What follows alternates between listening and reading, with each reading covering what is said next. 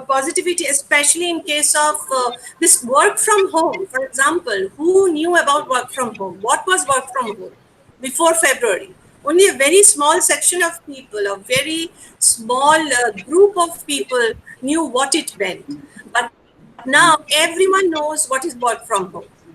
And we get to see so many, I would say, jokes on work from home in our WhatsApp groups. So everyone has become aware of work from home, that it is something that we can do. So these are the also another thing. I find myself once again reviving my hobbies, because I'm not losing time in many ways. So I get some time, family time. I get some time to spend with myself, do something more reading. So I feel that this is my perception of the positivity of this lockdown. But then I must, once I have given the positive side, I must also mention the negative sides here also. For example, I know that most of us who every morning got ready, steady, and dressed up and ran for whatever transport means, and then went to college or went to office, and then had lots of interaction here and there, and then in the evening came back, if not satisfied, at least exhausted and worked and feeling like you have done something very, very positive. That sense is gone. You're cooped up in your home, and that is for days onwards. That is kind of leading to some increase in, I would say, depression. Some kinds of depression is setting in every person, a little or more. Somebody is facing it more, somebody is facing it less. But then I think it is one negative part of the lockdown. A second negative part is that I keep on reading newspapers, that is all over the world, that there is a immense increase in domestic violence, which is once again a very negative side.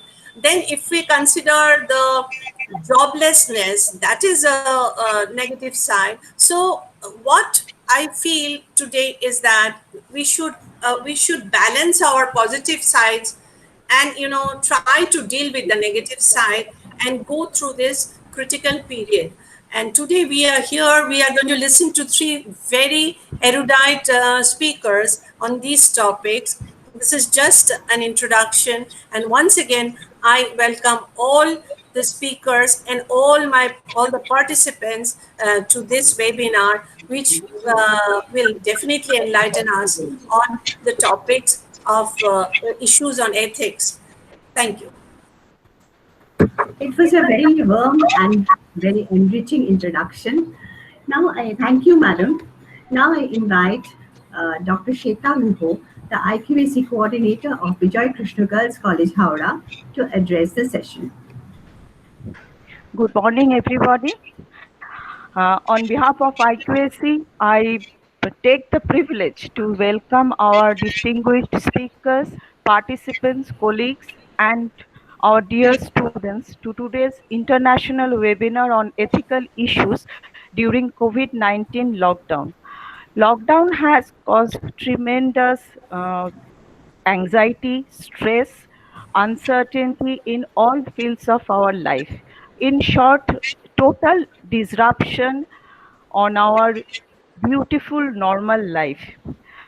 Through online classes, work from home, we are trying to enter a new normal life with so many difficulties and, of course, with many ethical issues.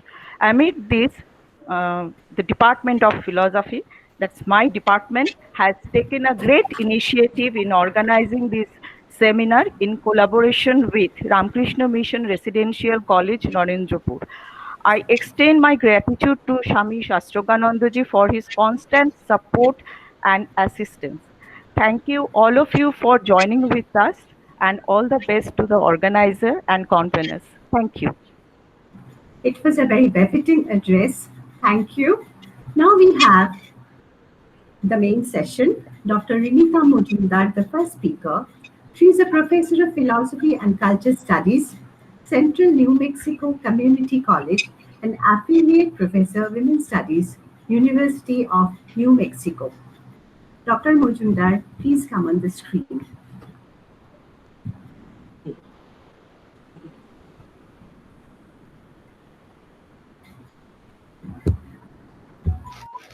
Hello all, good morning and good evening.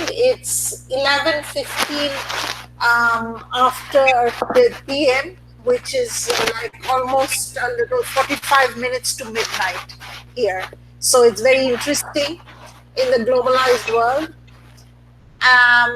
Thanks to the principal, Professor Ruma Bhattacharya, thanks to my friend and philosophy department, Professor Chaitali Chaudhary, for organizing and inviting me to talk about this. And both of them, they're very good friends. Chaitali was my mate for studying during my master's. We studied together, so we share many, many fond memories, and we still share a lot of, our back and forth. I think it's fantastic that Bijoy Krishna Girls College arranged this ethical implications of lockdown. Frankly speaking, as I'm cooped up in my apartment in New Mexico, which is southwest United States, I'm getting a sense of apocalypse, that the world is ending. Really, this is just amazing what is happening. It's once in a lifetime probably. So with that, I'll start my presentation. And the slides have to go one after another. I don't know how to handle them. This is the first one. And then do I just press the down? Okay, yeah. This is the first one, and then the next one. The next one is not coming on the screen.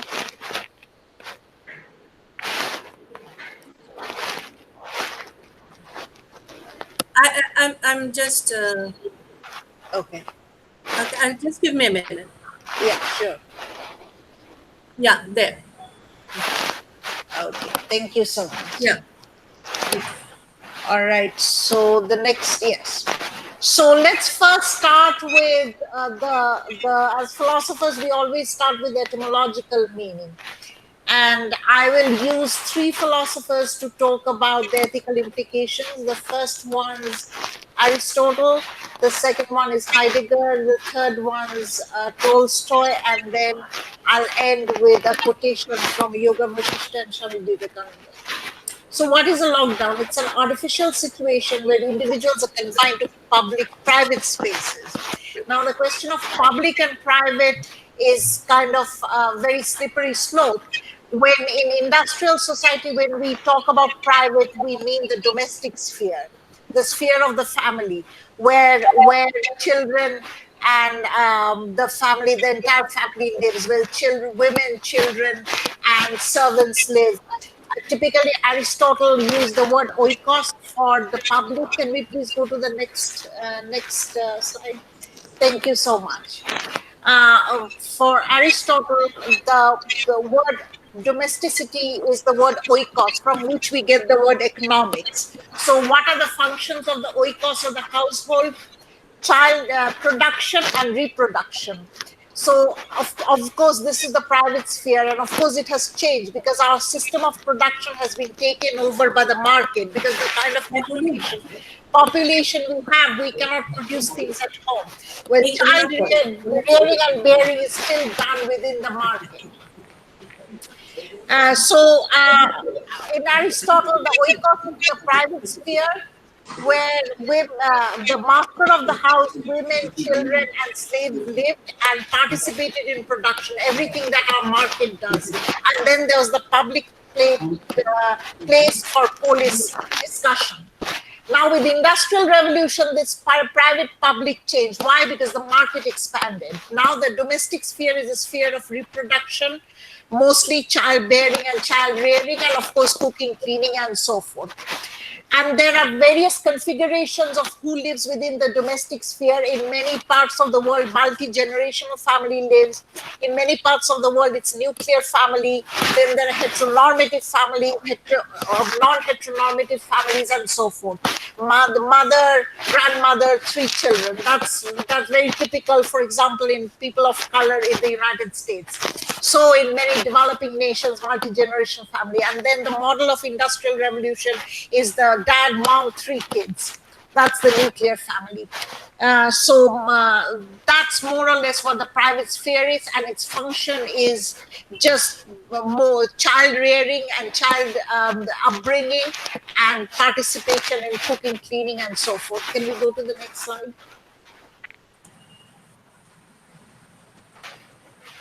So lockdown is a phenomenon where people are confined to the private sphere outside of the public and in groups. This is particularly significant. Why? Because modern households are extremely dependent on a plethora of other institutions. For example, the market. None of us, we are present here, we produced our own clothes or our own food. I know some people grow their own food, but that's very little. We buy everything. Everything has an exchange value. The household, when it's confined, it's really not confined. There is no such thing as a pure lockdown. That's a myth, because we are dependent as private sphere on the market from which we get our food and from which we get commodities. So lockdown really means not the ideal lockdown where no one can be confined just to the domestic sphere, but more or less there is a reduction in the private-public interaction, because the household has always to be in relation to the market from which it gets its commodity. So lockdown is always partial. Now, here something else is important. Lockdown also brought to us, as Professor Bhattacharya said, the concept of working from home. This is a new concept. What is this concept of work? This concept of work is also a very modern concept. It means wage labor. And I find it very interesting that with the lockdown, the concept of work has gone back and it becomes fluid. It has gone back to its original meaning. For example, in feminist theory, we find it very interesting that most of the labor that is done, mothers caring for children, cooking, cleaning, are unpaid, non-wage labor. So everything within the domestic sphere are non-wage labor. There is labor. There of course has to be labor, cooking, cleaning, eating, and so forth. But these are non-wage labor. This is what work from home is. Then the question that we can ask while we are doing all this work, now that many, in many nations, not in the United States so much, people hire other people's labor to work inside their home. Now they're not coming, so we are doing our own work, but it's non-paid. And why is this labor non-paid? Why is everything connected to the domesticity, every labor connected to the domesticity of a lower value? And value in capitalist industrial market is always of exchange value. Surely it has value, but it doesn't have that monetary value. And why? This is a very interesting ethical implication of lockdown. Can we go to the next one? And it's also blurring that distinction between what is work and what is non-work. A mother taking care of children is non-work because it's not paid. When my daughter was a baby, I couldn't leave my job, because if I left my job, I would have lost it. But I found it very interesting that as a baby, I was breastfeeding her, keeping awake at night, but I was not getting paid. But I was getting paid for the 3 hours of class lecture that I was doing. I think if I compare the two, my work at home in the domestic sphere was more work, more time consuming, more stressful. At least I find that more stressful. And yet it was non-paid. So now that we are working from home, we can ask this question: why is labor, time that needs more energy, non-reimbursable, non-valued, non-paid? Preparing of food, taking care of children, or doing a new program in the computer. That one is paid, but this one is not. Now the spaces are blurred, but the payment, non-payment distinction is still there. Next, please.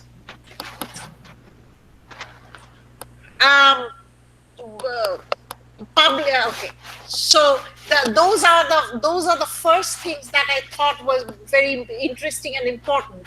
That work, the concept of work, we need to rethink what is work, because in industrial societies that we live in modern societies, only some labor is considered work and they are reimbursed.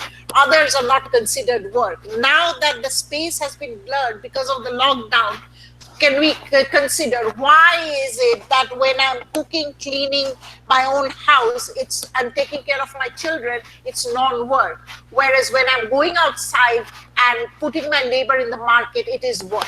And the other thing is, as I said, I'm wrapping up this part, that Aristotelian, we don't live in Aristotelian oikos, where the household was self-sufficient. This is no longer self-sufficient. It's a lockdown is not self-sufficient, because our houses, our families, our locked down homes, private sphere, the public-private dichotomy, which in feminist theory we deconstruct. We say that the public-private is really a patriarchal kind of distinction. Why is it that the private is so much dependent on the public? If the markets were not open, we would all be starving. So there is no such thing as an ideal lockdown. Yes, it is a lockdown, but it's a lockdown in the sense that it is not as much interacting as it was doing during normal times. And this is, so the question that we can ask is, have we lost something? Were the households more resourceful during Aristotle's time, because production was happening at home? They were making their own rice and then cooking, but we don't. We have to go outside and buy the rice. We are more dependent on the market. Then the ethical implication of work, the blurring of the distinction now that wage labor, someone is working at home on his computer and getting paid, but someone's cooking and cleaning and not getting paid. Why is this distinction? Both are time consuming, both are energy. Someone's changing the baby's diaper and breastfeeding, not getting paid, and we take that as natural. That is very natural. Why should a mother get paid? She's only taking care of the baby. So care and work, this is getting blurred again, because the spaces are getting blurred through this. So that's my first phase of my ethical implication. My second phase, I'm going to bring in the philosopher Heidegger, one of my most favorite philosophers, and he was also part of my master's thesis. And I think Heidegger is very important at this time, and I'll bring in some of my own personal take on this. We are cut off from the public, not fully, because as I said, there's no such thing as full lockdown. We are sitting in the very private sphere of home, isolated. And these leads us to something very interesting. I will introduce the concept of Dasein for Heidegger. According to Dasein, human beings can never be isolated consciousness like René Descartes talked about his cogito. Up in the ivory tower is this disembodied absolute consciousness. Heidegger's Dasein is a very ordinary human being, but also extraordinary, surrounded by the world. We are surrounded by the world which we take for granted, the animate and the inanimate nature and so forth. We take and that as given. And Heidegger says that we only start questioning this givenness of the world when something is lost. For example, suppose I walk into my living room where I'm right now and I can't find the sofa. The sofa is stolen or something. I hope it doesn't happen. Then I suddenly become very aware of my sofa because I'm intimately related to it. And the Dasein is intimately, not intellectually, but related to the external world through care and concern. And only when something is lost, he starts or she starts questioning. Otherwise, we live like what Heidegger says, das man. We live inauthentically. We take things for granted. Now that we are in this lockdown, we have taken so many things for granted. People coming, maids coming and working for very little wages. Can we go to the next slide, please? Thank you. People coming from far distance, working, getting paid very little, no healthcare. From what I understand, in the informal sector, there is no healthcare, but they're giving the labor. Then we are taking for granted our surrounding. So many people, if they hadn't worked, we wouldn't have gotten our food. We take for example, we take for granted our nature. surrounding us, and of course we abuse nature. Now in this lockdown, when we are forced into this situation, the thus man, we can live an authentic existence. We can start questioning what is the meaning of all of this. Why did I do that? For example, I'll give my personal take on this. Can we go to the next slide, please? We can I started questioning, why did I do it at that time? And I am finding really a lot of meaninglessness in a lot of my actions. There are things that, I had a huge argument with my mother at some point, and then I started feeling bad. Why did I have an argument with such a small thing? These are things are coming out because now we are in confinement and there is very little outside things that we can do. And these questions, why did I choose to do? For example, I'm questioning myself, why did I choose to migrate? I really don't like living in the United States, especially now with this whole Black Lives Matter and everything going on. I feel that we are always second-class citizens, no matter what we have achieved in this country. Yes, I do have a reasonably not a bad job in a college and so forth, but I could have had this job in my hometown in Kolkata. I would have been happier. So one of the questions, now I'm sitting and thinking, authentically, I'm not taking life for granted. I am starting to question the authenticity of my existence. For example, I gave the example of the vegetable seller. He comes, goes, we meet him in the market. Who is he? How is his life? What is he doing? What are the struggles that is involved? And these are all authentic existence. We can go beyond the thus man, living inauthentically, taking things for granted, and then during the lockdown we can question, probe deeper. Like I'm questioning now, what made me take this very wrong step of migrating into another country where I will never assimilate, where I will always be an alien other, no matter what my passport is. And now I can't even go back to my own country, to my hometown in Kolkata. My mother is ill and so forth. So these are the questions, ethical implications that came out with the lockdown. And that they are very much connected to the Dasein. Dasein doesn't question. He lives an inauthentic existence. But Dasein has the infinite possibility. He's the being in time. He's not God. He's the being in time, average everydayness. He has the infinite possibility of questioning everything, but he chooses not. And then I'm going to talk about the last philosopher, who is let me see. Next slide. The slide has to be there. There's the slide there. Tolstoy. Yeah, authentic. Can you go to the next slide? Our life in this planet is limited. We can go on living as if we are eternal without questioning the deeper meaning of our existence and our relationship to each other, and the futility of existence. In lockdown, we have lost many things. This loss can help us, the futility of separation, war, anger, jealousy, competition, love, hate, and reconciliation. It will give us a more meaningful tone to our existence. It can give us a greater perspective in life. Can we go to the next slide? And then the last one is Tolstoy. And I'm going to ethical implication 3, Tolstoy and Ivan Illich. Ivan Illich was an ordinary man who one day fell from the ladder while he was working at home, and he suddenly faced death.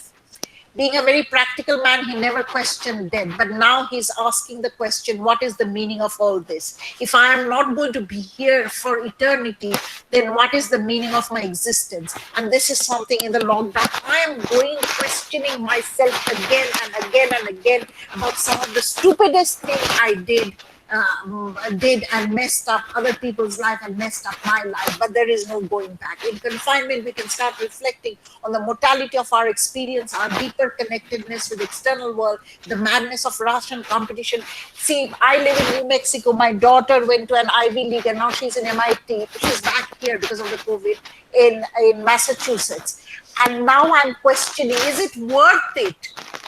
this high competition? Is success, why is success so important? Is a love community living together more important? If she was here, she would have given me company, but now she's so far away. That's because we have taken the value of success. What is the meaning of all of this? My mother is 88. She can pass away any day, and I'm stuck here. I can't visit her, all because I made this ridiculous decision of migrating. Is it worth this? The madness of competition. Everything passes away, and we have so little time on this earth.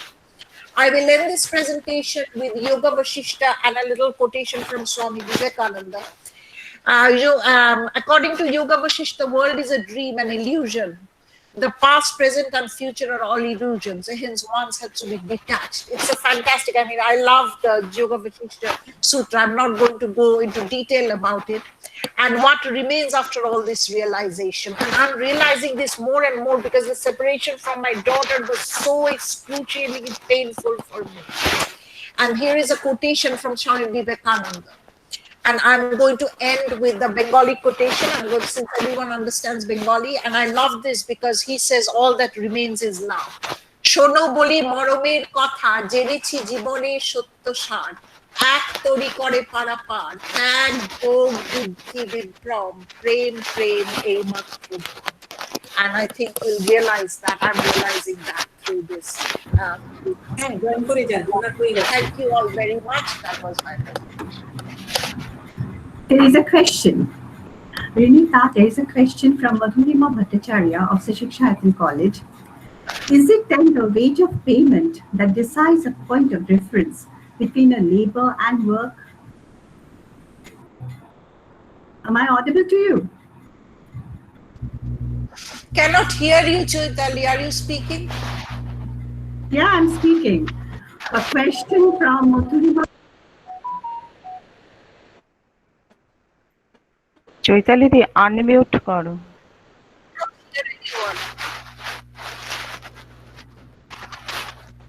Is it then the wage or payment that decides a point of difference between a labor and a work? Cannot hear. Sorry, I cannot hear anyone. Just a minute, just a minute. One question from Madhurima Bhattacharya. Am I audible now?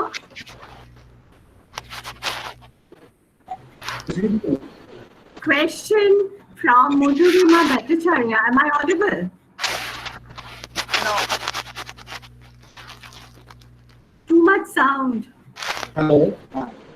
Hello? Hello? Am I audible? Audible. Audible. Is it then the wage or payment that decides a point of difference between a labor and a work? Am I audible? Am I audible now? Yes. If Yes, I'm yes, audible, yes, madam. the question from Madhurima Bhattacharya of Sashikshayatin College. Is it okay? Is it then? Can you hear us? Yeah, I can hear you. No. Renita can't hear us. Renita, hello? Hello, Renita. Okay, please write the message to read the question. Ask her to read the question in the message box. In the that's good question. chat box se পাঠিয়ে দাও, chat box se পাঠিয়ে দাও। Okay. Chat আছে তো? Chat it's Chat-এ there. আছে। Yeah. It is there. So It is ask her there. to read the chat. Ask Renita to read the chat. I'll message Renita. Renita, can you hear us? Yes. No, I can read it. You can hear us. Hear it. No, can't hear anything. Acha, let's do something. Okay. Chaitanya, Shastrugananda Maharaj is here. Let us start with him, and then we'll take the questions later on. Okay? Okay. Please. Now I hand over the session to Dr. Shweta Kubo, the IQAC coordinator and at the same time a faculty member and associate professor of philosophy department of Bijoy Krishna Girls College, Howrah.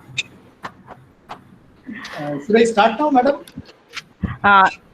Hello. It is a great honor to have with us a great orator, Swami Shastroghanandaji, Principal, Ramakrishna Mission Residential College, Narendrapur. We are deeply indebted to him for his assistance since his Belur days Now we are all eagerly waiting for his lecture. So over to you, sir. Namaskar. Am I audible now? Yes, sir. Am I audible? Yes, Can you sir. listen to me? Yes. Yes, you are audible. Yes, you are audible, sir. Thank you. Thank you. Uh, Namaskar. we just can't see you.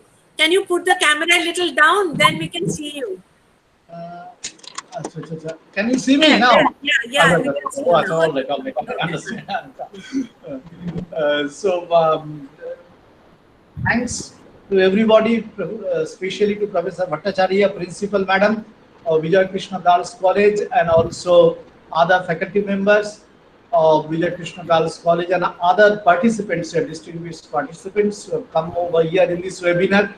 As you know, we are very much acquainted with the seminar, but now the same has gone and wave has come. So naturally, with this new inclusion, we need to acclimatize ourselves. Gradually, we are doing so. Only one thing I humbly submit to you, that there was a little misunderstanding from my corner, that I thought that my lecture would start at 10:15. So I arranged here some activities. However, I will try to speak something within a short period. Because perhaps I will be able to speak 15 or 20 minutes only. I have to complete it by 11:30 because some of the works are here. I have just made it kept for this from 11:30. Anyhow, I will try to submit my views to you with all apology that I am not a person from ethics. Neither I'm a student of philosophy per se, and surely I am not a student. Surely I am not a student of sociology. However, naturally, being a monastic member, we are required to, and we are compelled to interact with people of different sections of the society.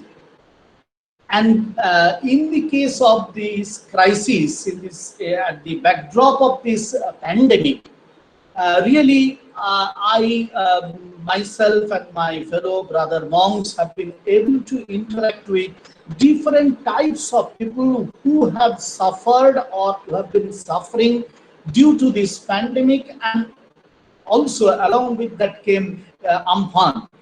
So it's a new, it's not only a new phenomenon to us, but also a very grave experience, very pathetic experience to some extent, to some time, that we have learned during this short period.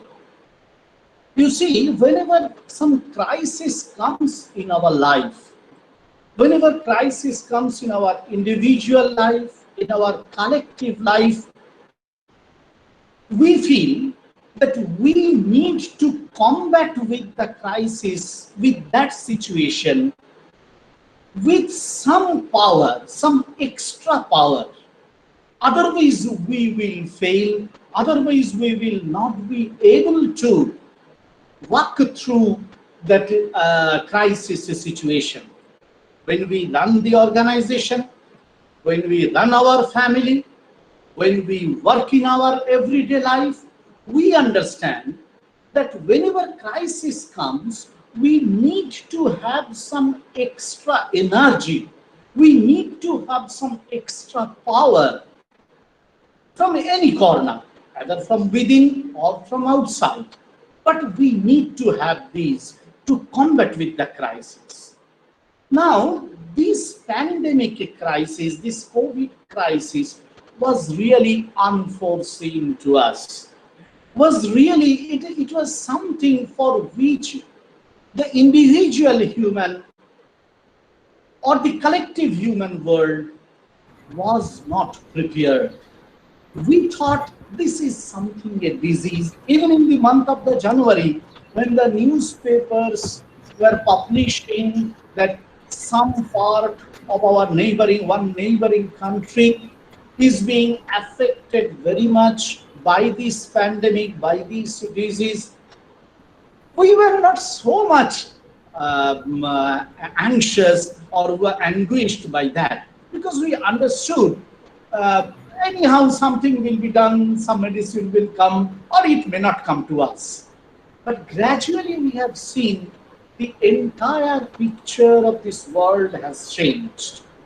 And now the entire world is fighting with one Meghnad. I think you know the epic character of Meghnad. All of us know. If you are Indians, we know epic character of Meghnad.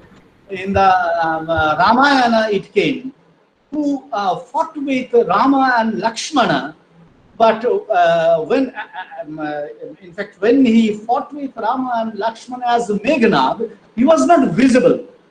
He used to throw his arrows, keeping himself hidden behind the cloud, behind the Megha. So naturally, he was an invisible enemy.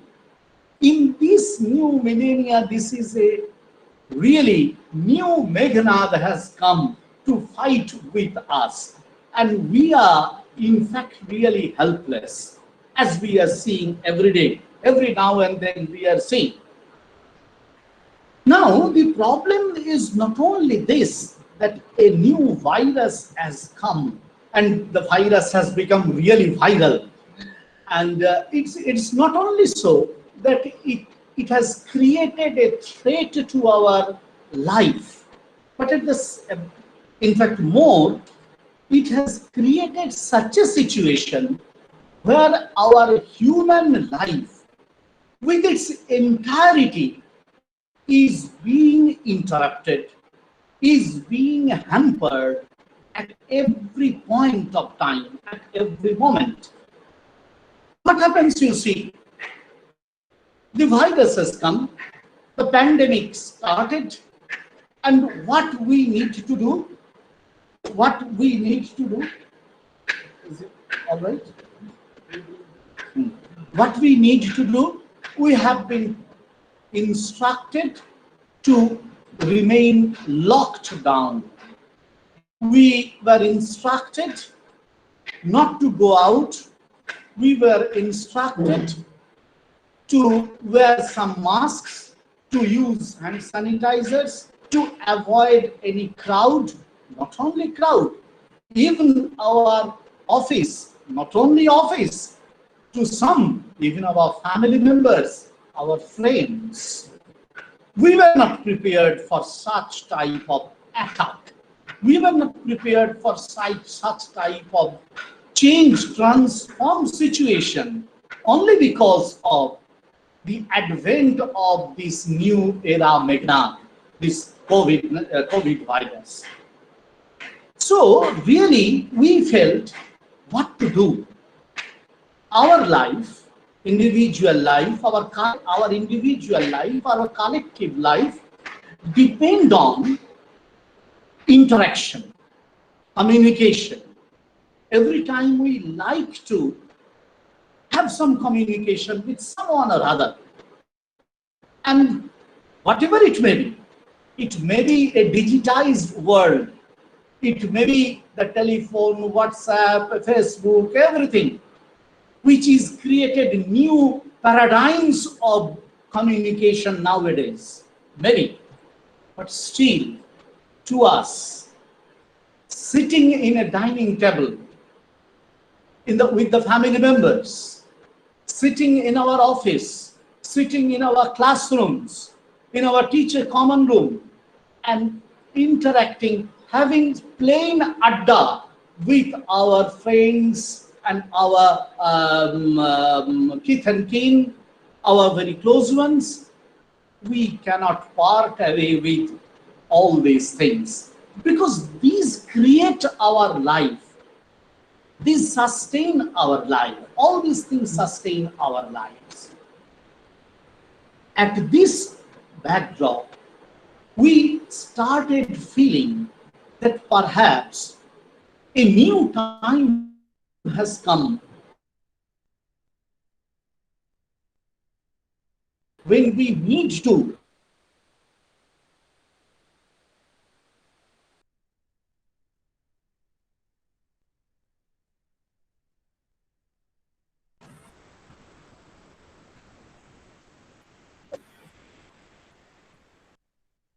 is always communicative, and this interactive and communicative existence has been hampered, has been straightway damaged when we just faced this virus. So this has created a new problem for us. I don't know whether the ethical problems have these type of dimensions or no, but we understand that our society, our existence, our life pattern is always very much keen to understand what should we do, what I can do, what I can get from the society. And when it is stopped, naturally, all the decision-making process, all the interactions, communications become self-centric, become completely dependent on my own existence. And this creates a peculiar divide in the family, in the office, in the work sector, everywhere. Naturally, when this divide creates, I become, as an individual, I become very much a singular existence, an alienated existence. That alienation creates within myself some values which may have some negative implication, which may have some positive implication for both the individual life and collective life.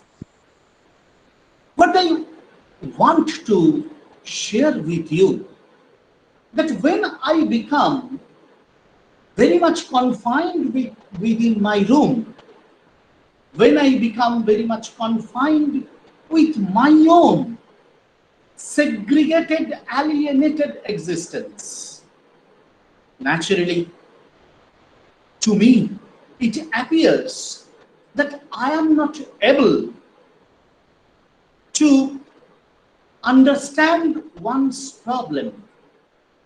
See, when this Corona lockdown started, I was that time at Velur Vidyamandir College. So a call came from our revered General Secretary Maharaj that under this situation, you should go for relief work. And when we started our relief work, people, we the monks, naturally, we are destined to do so. We have come to do so. But but for this work, we required people, volunteer people from outside world who are non-monk.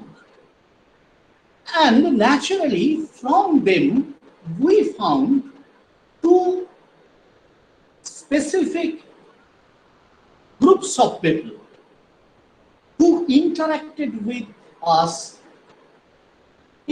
from two different angles.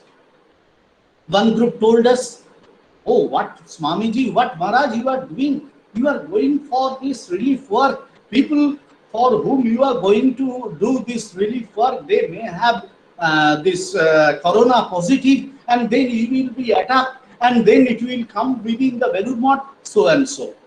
So whether you should do it or not, we try to make them understand.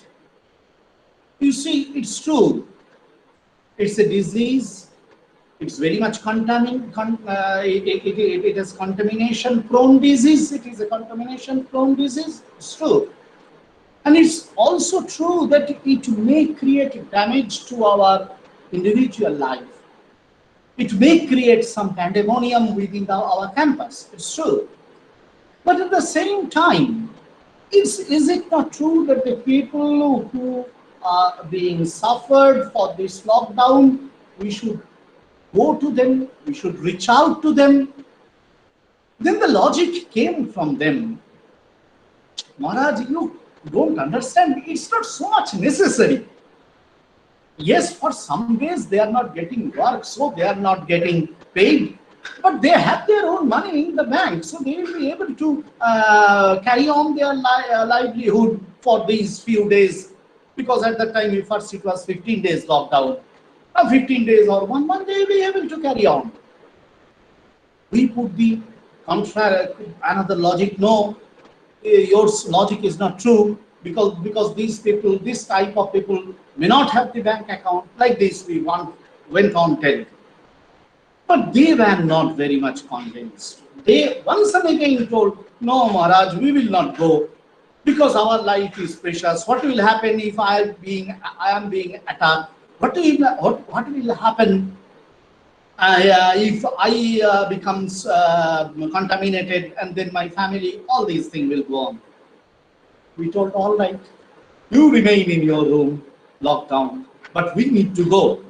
This is one segment. Another segment came. There are some students, research scholars who are there. In fact, we were very much fearful, apprehensive. We told them, you need not go outside. You remain within the campus. You help them from the background, from the behind. But these students told, no, we will go with you. We tried to convince them, you see, we are monks, what is with us? But you are students, your parents are there. If you get attacked, they will blame us. Then they put the logic, no, they will not blame us. We have told them that we have come here, we must do this. And here we are young, we will not be attacked. If we attack, we go to the hospital, we will be recovered. This is that they went on pressing us in such a way that we had to take them. What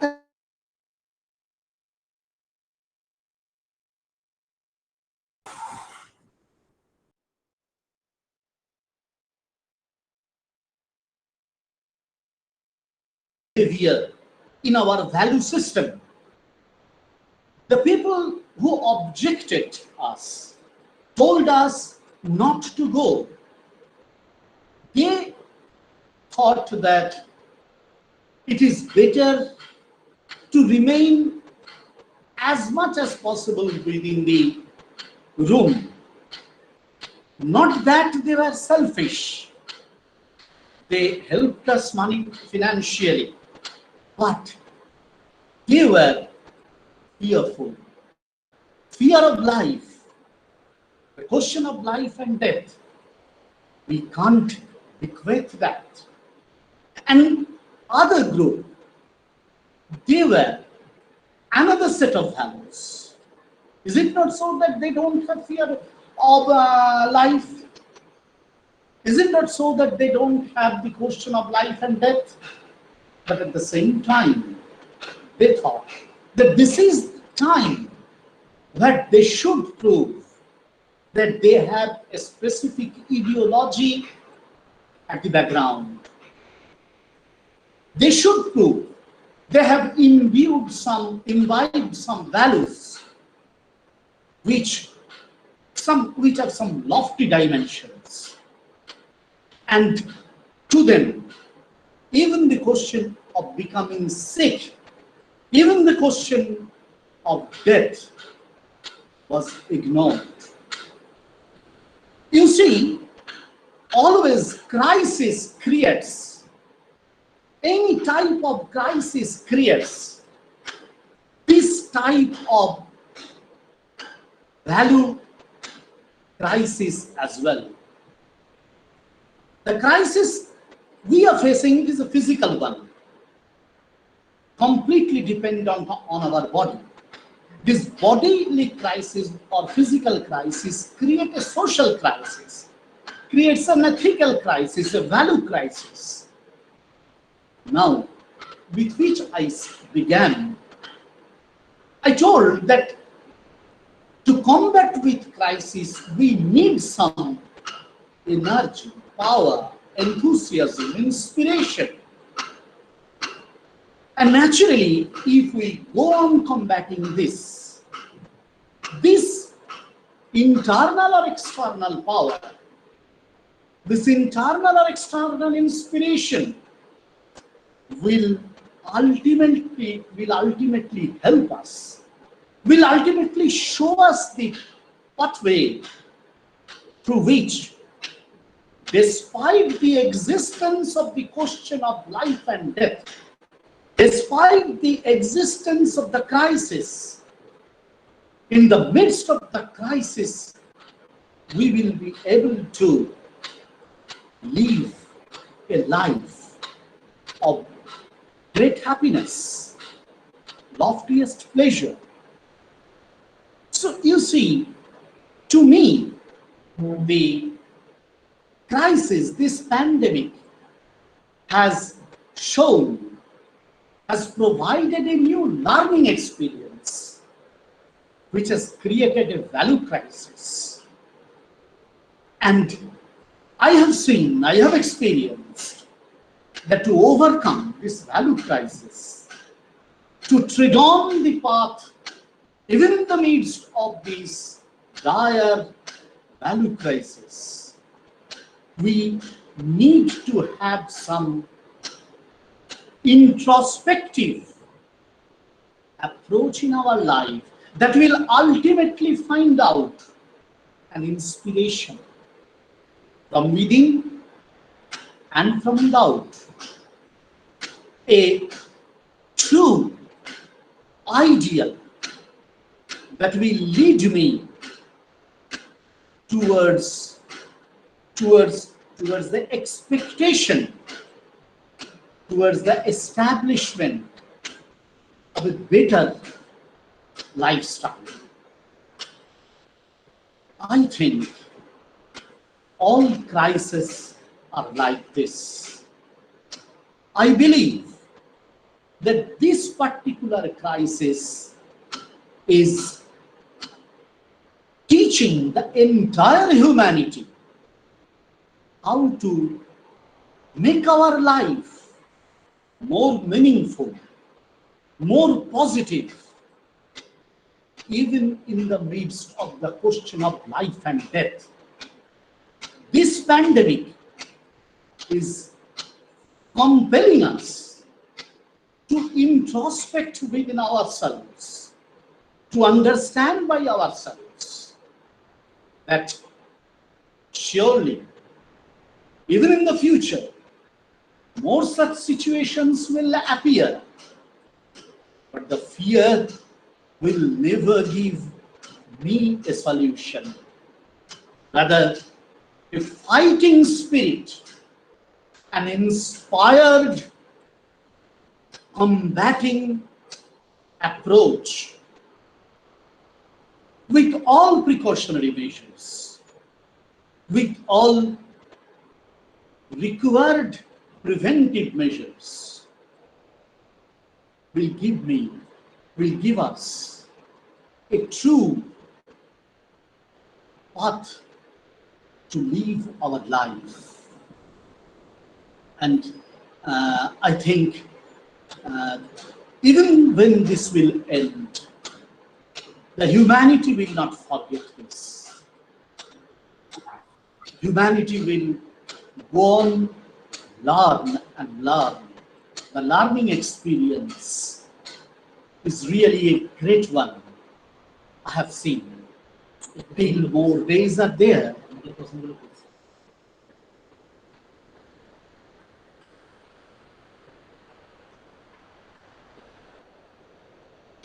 Yes, there is a question I am seeing that Swamiji, would you say that value is relative and that it has no common standard? Does any crisis bring out the difference of values in human beings?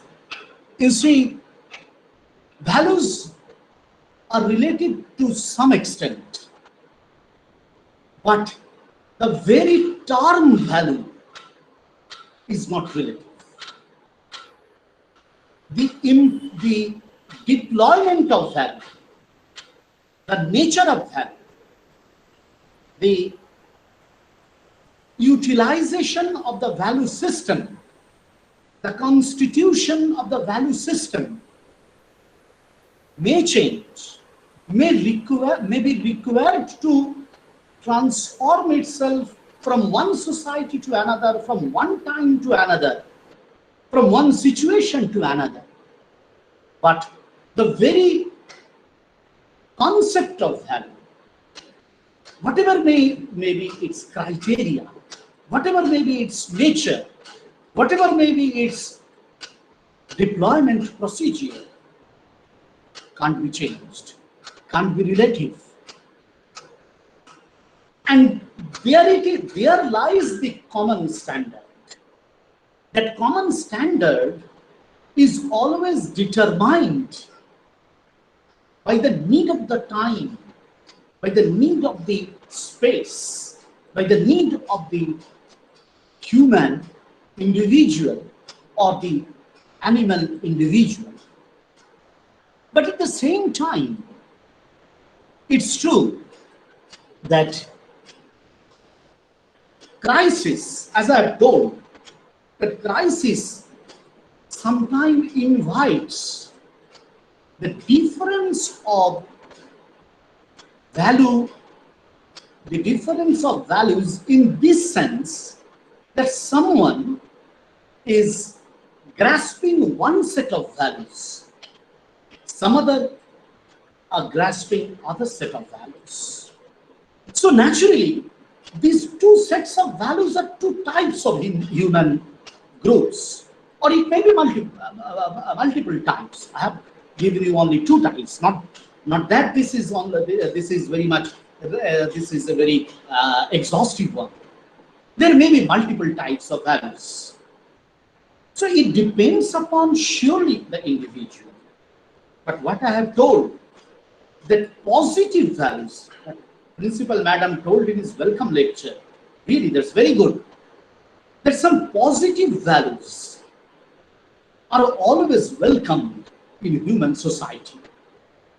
And those positive ones create the bonding.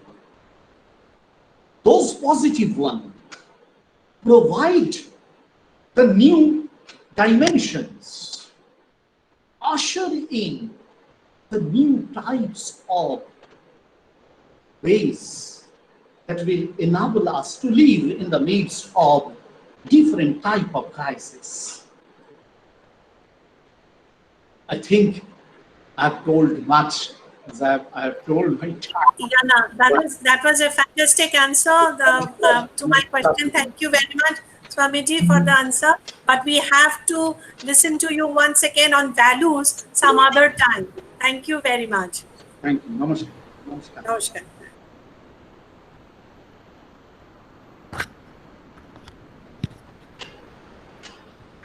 Unmute. Unmute.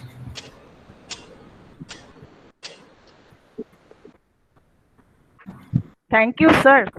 Your lecture has really touched our heart.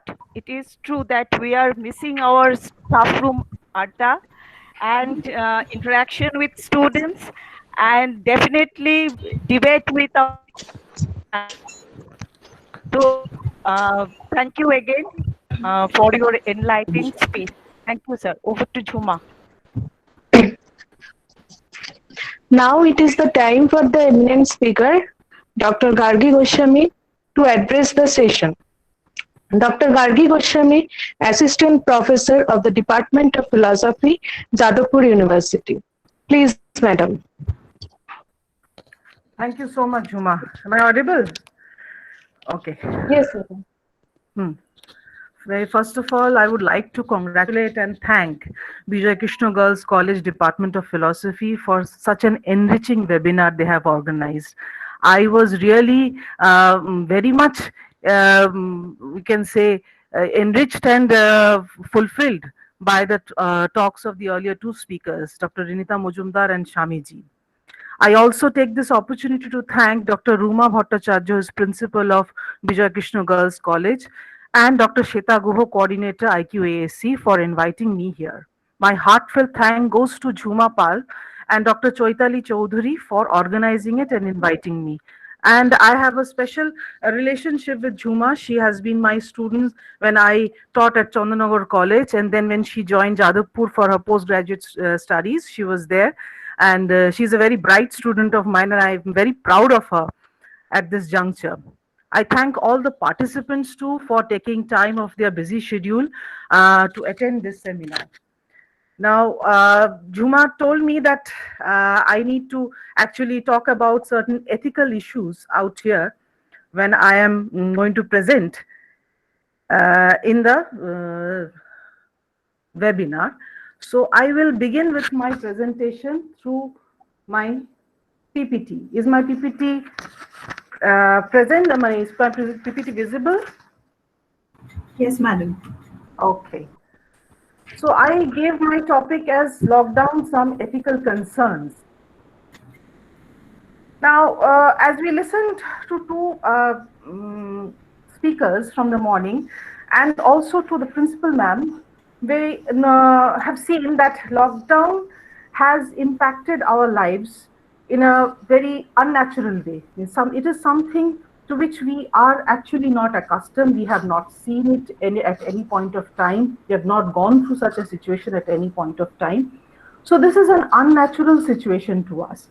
And this situation has created certain positive impact also and certain negative impact also. As I've given it by introduction, that this is unnatural situation is has its pros and cons. Now, governments of several countries, most of the countries have taken this policy of lockdown to prevent any kind of possible harm which might result from the pandemic situation. And we know that in the current scenario in our country itself, the pandemic situation is growing from worse to worse, because the number of lives being affected, number of deaths are increasing day by day, and we are hearing about it in the news.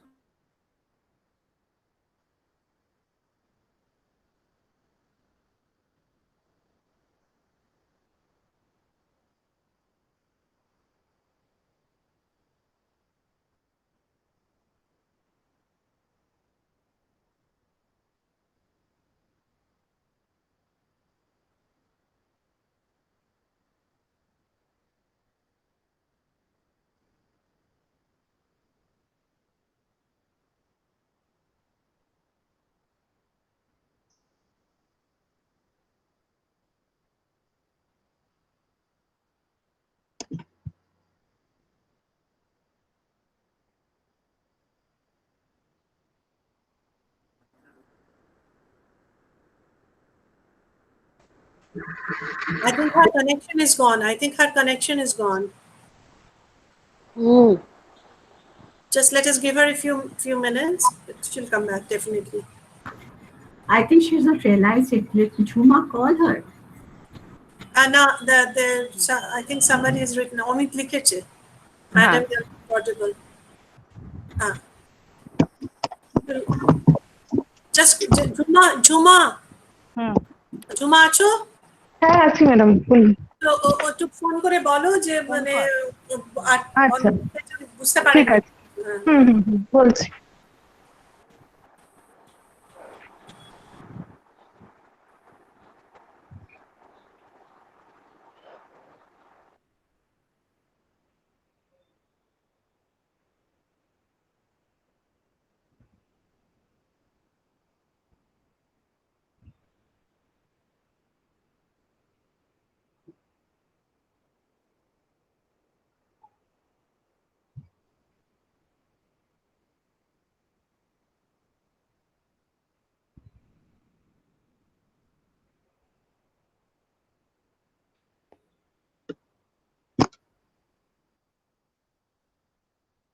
She's back. Oh, sorry. I somehow went out. So, it's visible? Am I audible? Yes, Hello? ma'am. Yes, ma'am. Visible and audible. Yes, yes. Oh, okay. Sorry for this interruption.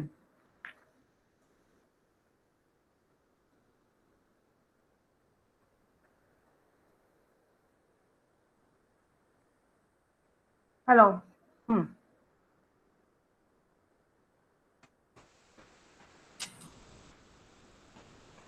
Okay. Something is wrong out here. So as I don't know where was disconnected at which point of time. I was actually talking about the need for the ethical concerns out here. Now, as you see, the decisions which we are taking through this lockdown policy, here there is a limitation of our free choices. Rather, it is dictated by necessity of circumstances. Now, we know practical deliberations, any kind of a practical decision is always inspired by values, because either consciously or unconsciously we operate within a moral framework. Now, we decide to pursue a certain course of actions rather than another based on certain principles. Now, here certain principles. Can I just interrupt once again? Yes. You have not done the screen sharing. We can't see your slides. Okay.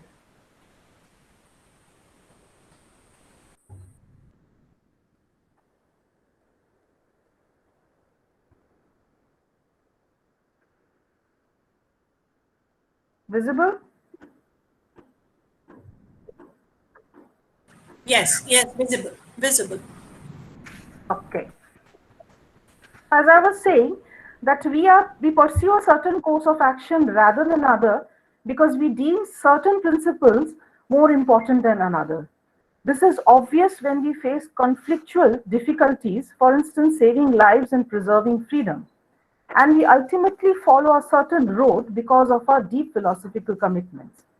Now, here we can say that strategic decisions are being taken through through the dictating terms of certain specialists who are having scientific expertise, like the doctors are deciding that this kind of a policy needs to be taken and lockdown should be there, etc., and all that. So we can say that there is no debate about the means through which we are trying to achieve this goal.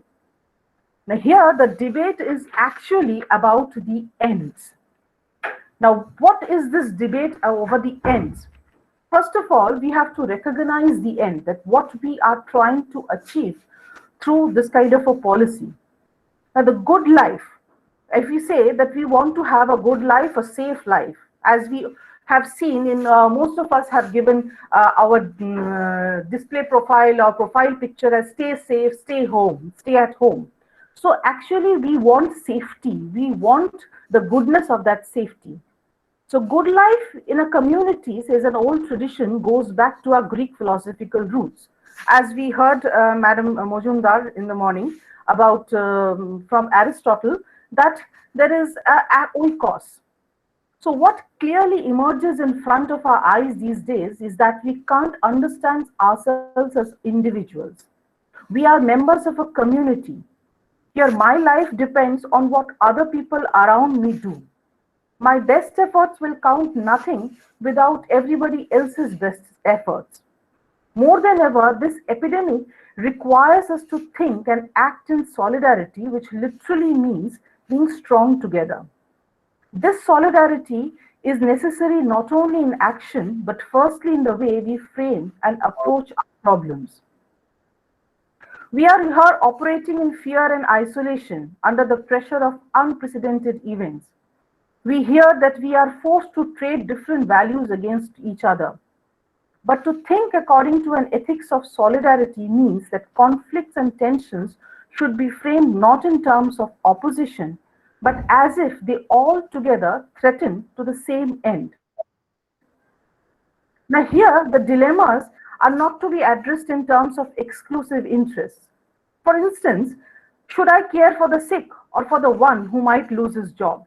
If we address this problem through the prism of solidarity, we will realize that it is the same person who is at risk of getting sick and losing their job. It is the same family, it is the same community. Roles are getting swiftly exchangeable. A health carer, a person who is caring for our health, might become a patient. That same person often embodies many roles. He might be working from home, he might be going to a hospital, he might become an infected person himself. there is no family or group that is not potentially impacted. Traditional categories such as social class, gender, ethnicity are now insignificant. We all are one and should think in solidarity. So here we are moving towards an ethics of solidarity. Now, what is solidarity? Uh, in 2011, the journal Bioethics came up with a special issue on solidarity. Here, it is an emerging trend in the discussion of bioethics, where Prainsack and Brooks have given an account of solidarity which says shared practices reflecting a collective commitment to carry costs. It is might be financial, social, emotional, or otherwise, to assist others. Now, here the working definition was later on expanded by other bioethicists through three tiers. Willingness to carry costs, that I should be willing to actually sacrifice something to be a part of this cost system. I should have a collective commitment. It is not my own willingness, but there should be actually a collective sense to carry costs. And this kind of commitment needs to be institutionalized by legal norms. So if there is no legal or institutional norms, then this willingness cannot be carried forward. So ethics of solidarity, if we talk about, but what we want, here we are acting physically together, we are mentally, we acting mentally together, and here everything is communal, everything is in a solidarity sense where we are also mourning the deaths. Also, we are celebrating sports, we are worshipping, we are traveling, that is virtually. So everything is being done through a sharedness. Now, let me find out that what is the nature of good. As I said that we have to have a good life in a community. Now, what should be the nature of good out here? Now, when we try to weigh up actually this good and bad in the present situation, we are facing a kind of a choice. Now, weighing such good or bad choices requires, is very much required in the rational scientific scenario. That if we are rational beings, if we want to be scientifically attuned, we need to weigh this good and bad. However, it is impossible to know all the goods and bads in the diverse options that we face when we have to make a choice. You simply can't work out accurately all the consequences. For example, it is impossible for us to know accurately just how many lives, directly or indirectly, are being affected through current COVID-19 lockdown, or how much direct or indirect effect will there be in the near future. It is even more difficult to work out what the effects would have been if we had adopted some other policy or some other set of policies. Now, if you try to compare the situation among countries also, that we also will find that the situations are diverse in communities, in countries, etc. Renita ma'am was talking about certain positive things, and she said that here this lockdown is actually a time where we are pursuing certain things, the family time, hobbies, etc., where the positive side can be brought forward. But the situation might not be same everywhere, might not be conducive everywhere, where working out the positivity might require a much more effort, where this lockdown is having is impacting the economic aspects or economic scenario of our life. There, bringing out a positivity can be a painful task. So the nature of good and bad is actually diverse out here. Now, what we can do? We can try to simplify matters. We could focus on number of lives which we have saved versus number of lives lost in each of our options or decisions which we take. That is also hard to predict. But at least it looks we are trying to weigh up certain similar goods and bads using a transparent and rational standard of measurement. Now, even if we do that, we need to be guided by moral standards which cannot be reduced to scientific calculations. We can, however, have one golden rule. What can that golden rule be? Treat others in the way that you like yourself to be treated.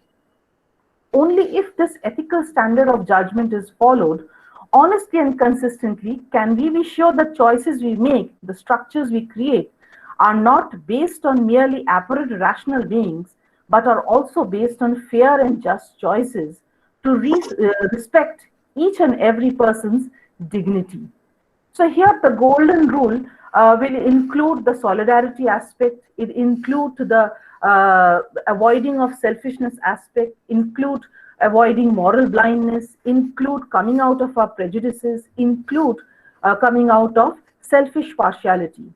So in one sense, it might actually coincide with the Christian teaching that we must love our neighbors as we love ourselves. So here four main values come forward. That what do we actually want through lockdown? We want to come out of this tragic emergency situation by maximizing the benefit of lockdown, by helping others, by treating people equally, to promote instrumental value and give priority to the worst off. Now, I will, the first 2 points might be very much clear. I will focus on the last 2 points, where I focus on the fourth point, that what do we mean by giving priority to the worst off? Now, who is the worst off? Now, two interpretations might be there, that when I said that one standard of measurement can be number of lives saved and number of lives lost. Now, the number of lives saved, who are we to save? Who are we going to save? Who are the people who necessarily need to be saved? Now, there might be in different interpretations. I will suggest two interpretations. If the aim of medicine is to prevent, to cure, and to take care, the worst off is someone who is in the poorest conditions from the clinical point of view. Someone who, using a clinical scoring system, is deemed able to recover but needs treatment more than others. This, however, would exclude futile treatments where there is no prospect of recovery and also non-necessary interventions. However, certain other interpretations of the aim of medicine focuses more on well-being and quality of life would claim that worst off are those who are at risk of dying young and not having a full life. The difference between these two interpretations is not scientific. It is rather philosophical. This can be understood as saving the most individual lives as saving what they call life years, which means saving the patients who will survive longest after treatment. However, this is a crucial distinction. Now, if we go towards a utilitarian approach to medicine, they would claim that those who have more years ahead of them because of age or health conditions should be prioritized. Now, here, is there any problem with the policy of utilitarianism? That needs to be seen. Now, utilitarianism is something which refers to a moral theory that calculates how much good will result from a choice compared to how much bad will result from it, measures the overall good against the overall bad, and then judges whether sufficient overall net good will be produced by the choice to make it a moral choice. Now here, utilitarianism proceeds by listing out a series of good effects and a series of bad effects that would likely result from a given choice. As indicated above, the listing of good and bad is blind to the particular moral significance of the goods and bads involved. So it lists out good effects in a way that an amoralist might not care about. This is hugely problematic because many goods concern moral principles and are norms that simply should not be weighed against other considerations. For example, the principle that every human life possesses equal dignity and should not be intentionally destroyed or neglected is not a principle that cannot be morally outweighed. There may be good reasons why this principle can be applied in certain cases to allow for the withdrawal of treatment so that death is allowed to happen. But however, when we talk about utilitarianism, the problem is that it might affect the second point, that is treating people equally. When we are listing out the good and the bad, when we are weighing out the good and the bad, and when we are prioritizing who should be given more, who should be placed in that good category, we are not being able to fulfill the second condition. Now, coming to the third point, where we are talking about promoting instrumental value. Now, human beings have two values, intrinsic value or instrumental value. We value them intrinsically when we value them for their own sake, and we value human beings instrumentally when we value them for the sake of something else. For instance, a banknote has little intrinsic value, just a piece of paper. But when it becomes a legal tender, it becomes having an instrumental value because it can be used to pay for something. Similarly, we can value human beings for what they are in themselves or for what they do instrumentally. If I need, suppose, a plumber, for instance, I will choose the one that suits me best. I treat him as an instrument for my purposes. Here, there is nothing wrong because there is a transaction happening out here. But when we need to evaluate who has priority in accessing medical resources, the question is, should we treat patients or people for their intrinsic value simply as members of a human family, or for some instrumental value, such as the utility to society? Now, in normal circumstances, we treat them according to their needs, their past, their future, their role in society, their usefulness. However, in this scenario, this pandemic situation, it becomes extremely difficult to judge, to weigh that whether the instrumental value should be given priority or the intrinsic value should be given priority. So when we talk about this ethical debate, when we are debating over the ends, what we are finding is these four main values which are cropping up. Very difficult to actually stick to these four values absolutely, because the values are constantly changing. Now, the questions which I have already addressed in the past slide, that how we are going to decide the worst of, how will we choose upon the intrinsic value or instrumental value, how can we maximize benefits, should we have an utilitarian approach, can we then treat people equally? These kind of questions actually crop up in the ethical debate. Now, in a conclusion only, I can say that any ethical consideration must be met by practical consideration. To decide the good of a human being or what is a utility brings forth various aspects like what is just out here, are we being fair, are we leading towards development, human development. But it must be remembered that when we are having this debate over what the interest should be, my interest with everyone's interest, it is very much clear, according to me, that my interests are here entangled with the interest of others. We are actually promoting an ethics of solidarity. If this ethics of solidarity is not being promoted, if it is not being taken into account, then we can never survive this lockdown situation or the pandemic situation. It is only through harmony with others that my good or bad can be decided upon.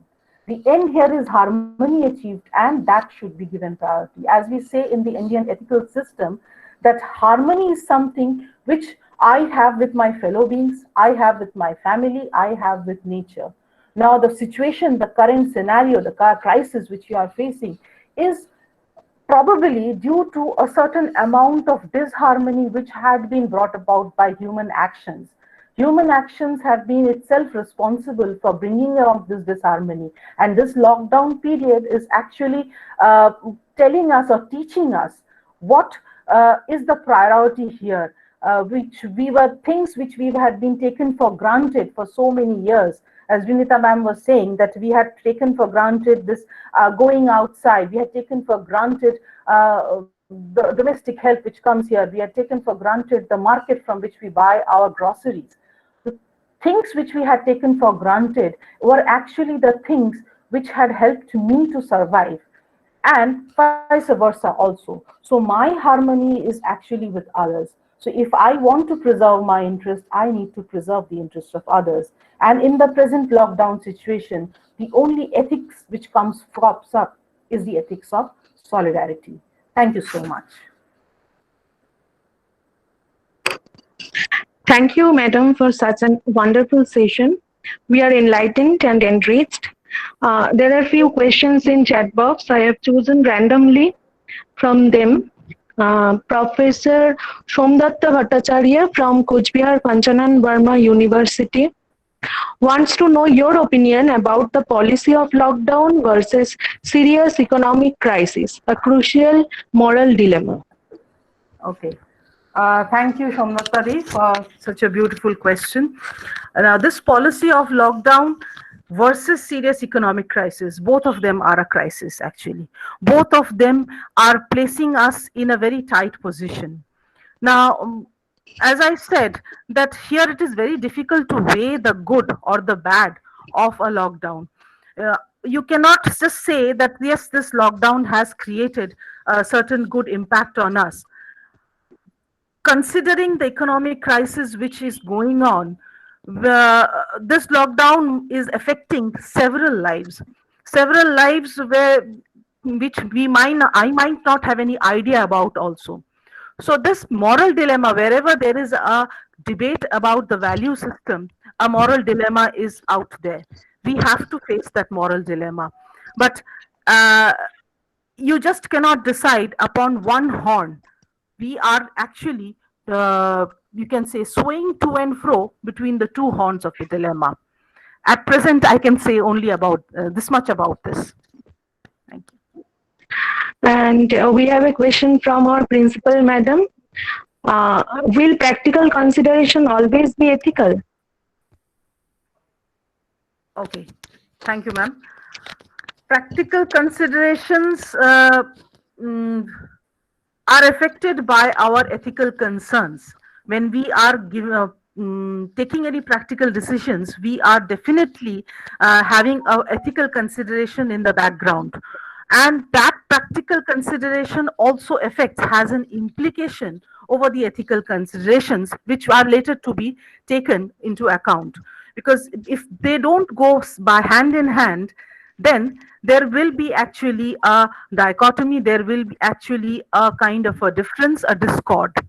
So practical considerations are definitely have an impact on the ethical considerations, and ethical considerations also have an impact on the practical scenario. Because as I said, we all operate within a moral framework. When we are actually discussing, having this webinar, we are actually talking about it, we are thinking about it, we are operating within that moral framework. Otherwise, you would not have held this webinar and I would not have come here to deliver a lecture.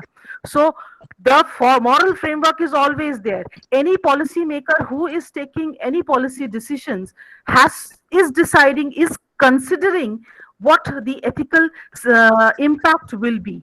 Otherwise, they would have taken any random kind of a decision without thinking about the human lives. But human lives are being actually thought of. Actually, I don't know, this recent UGC notification, not UGC notification, but Government of West Bengal notification that we don't need to have the final semester exams, regarding which the universities are actually now going to take further decisions. Now, here there is also an ethical consideration because this lockdown. Can I come in? Exactly, I was going to ask you this. The This same lock- question that you are referring to. Yes. That if there is if we withhold exam or if we don't take exam, would it be ethical on our part as academicians to expose the future of these children for future? There will be consequences for them in future. So is Yes. it ethical? Are we are being practical here? But are we being ethical also? To certain extent, we are being actually ethical because lots of students are currently in such a situation where they don't have a roof over their heads. Means my own students, so many of them are being affected by this lockdown and Amphan that I just cannot ask them that you have to appear for an exam. I know this kind of a decision where we are assessing the final semester marks through the previous assessments, etc. This actually will not help them. But given this situation, here you can say we are all thinking in the ethical terms.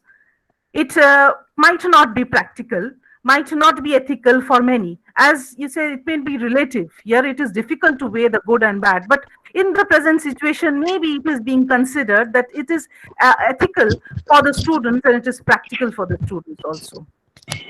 Thank you. Ma'am, one last question from Shomona Pramani. Can ethics of solidarity considered to be the solution to the conflicts that arise from different opposing positions? Can you just repeat the question? Yes, ma'am.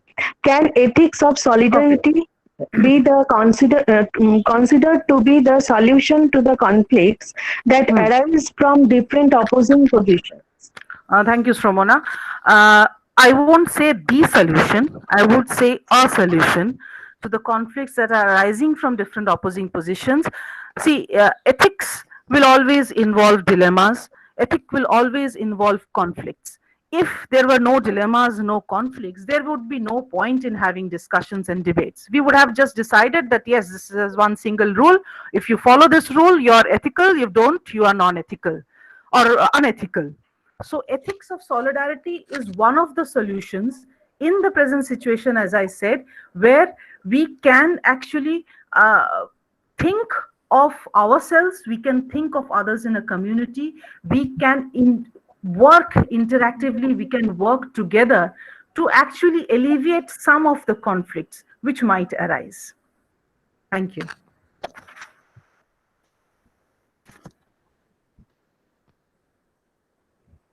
Thank you so much, madam. Madam, one more question, please. Okay. In a lockdown situation, how can we treat people equally? What should be our consideration? From Dr. Kalyani Sharkar, Bijoy Krishna Girls College. Oh, now treating people equally. My point in that my presentation was that values are coming out in the present situation, that we need to maximize benefits, we need to treat people equally. But here there is also a conflict, a dilemma. Can we really treat people equally in the lockdown situation? We are giving the policy to prevent mass spread, massive widespread of this pandemic or of this virus. In that sense, we are actually, the policy is being implemented on each and every one of us. But here, this policy is also creating certain cons, where the good which is supposed to being created through this lockdown is also producing certain bads. So it is difficult to actually treat people equally. We are actually trying to promote this value, but the question remains: can we really do so? It is difficult, but however not impossible. A certain amount of equality can be achieved through preventing people from any kind of a medical harm. Thank you. Thank you, madam. Okay, in the chat box, we have given the attendance count feedback form. This will remain active only for 30 minutes. Please, participants, please fill up the form.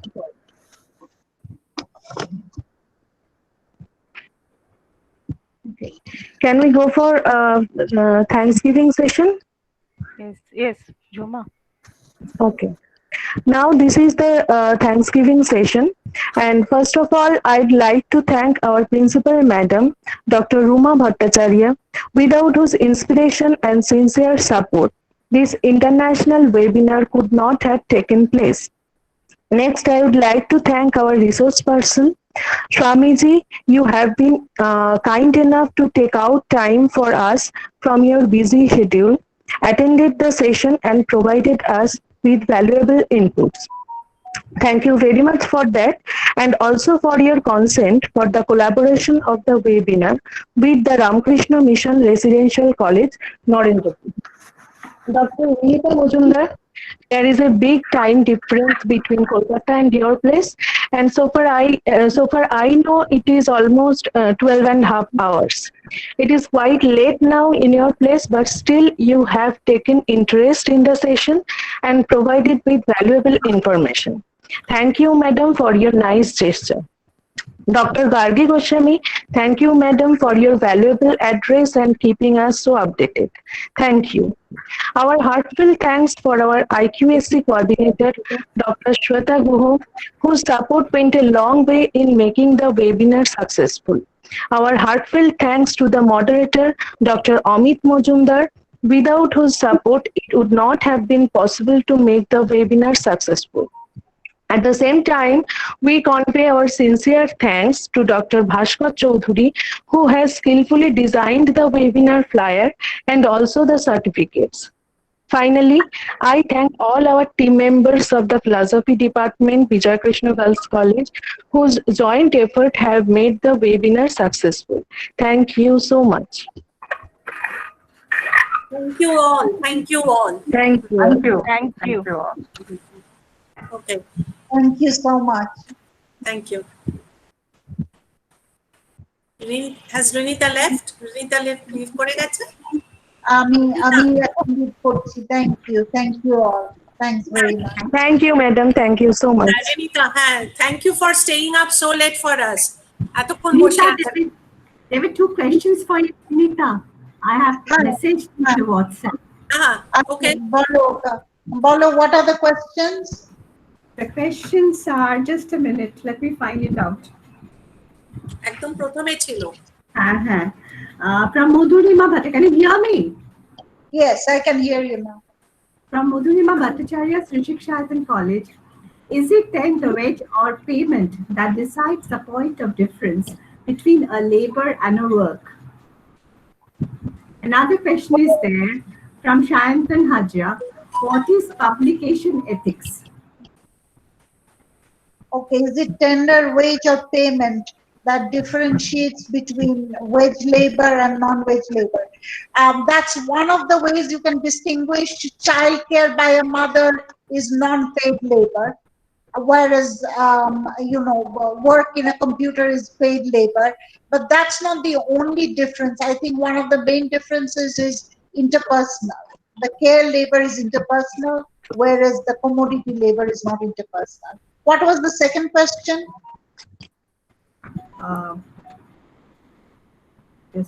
What is publication ethics?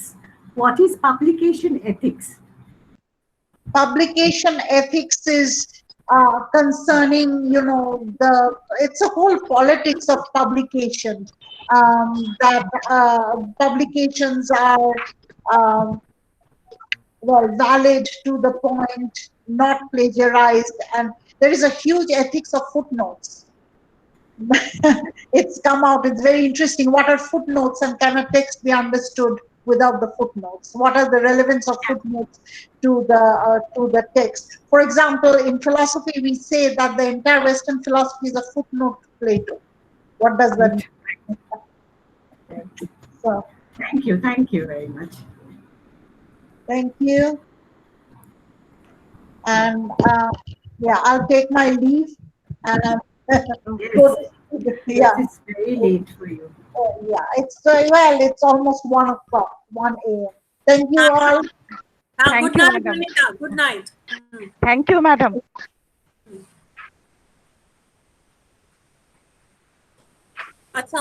So it's an end. We are leaving the meeting. Okay. Shweta, can you hear me? হ্যাঁ বলো। তুই আর অমিত, আমার একটু দরকার, দুটো mail এসছে, একটু কথা বলতে চাই। তো এইটা বন্ধ করে আমরা একটু হোয়াটসঅ্যাপে কথা বলে নিই। আচ্ছা, ঠিক আছে। হ্যাঁ আচ্ছা।